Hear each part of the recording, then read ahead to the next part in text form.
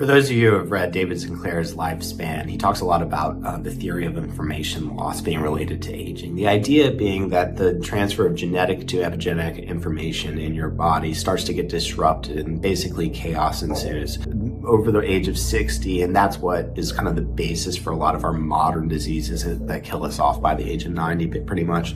So within that context, it's important to recognize that if you think about like the things we consume in life, right? We're thinking about food, water, and all that. We just have to remember that the thing that we consume way more than that, air, right? And really importantly, we spend 90% of our time as Americans indoors, according to recent studies.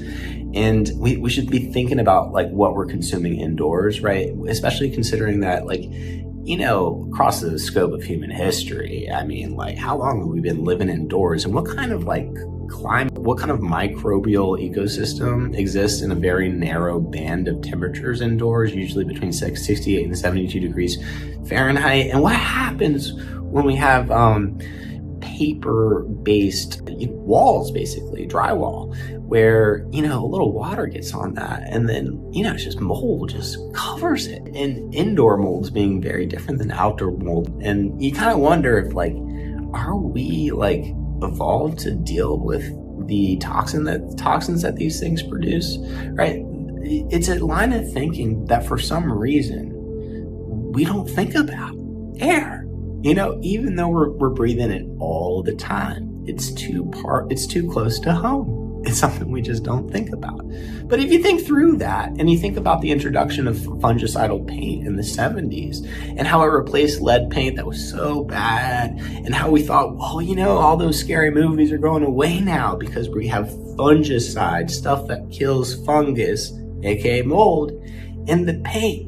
But good old humans aren't so good at thinking through unintended consequences, obviously, because they're unintended, and we're good at pushing things through, especially if it has to do with money.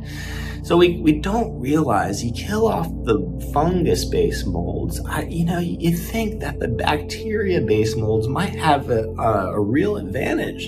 And you really don't think about the fact that the constant combination of chemicals and that fungicidal paint would cause the bacteria to evolve to even produce even more toxins that are even more pernicious for us since the 70s. And you think about all the different, like, you know, the prevalence of Alzheimer's since then and the ADHD and all the other things that doctors now know come back to neuroinflammation. You kind of just wonder the way that we diagnose things on a psychological basis and a learning disability basis. You know, is it primarily having to do with our addiction to breathing toxic air indoors? I mean, there's other stuff for sure. But the thing you're doing all the time, breathing,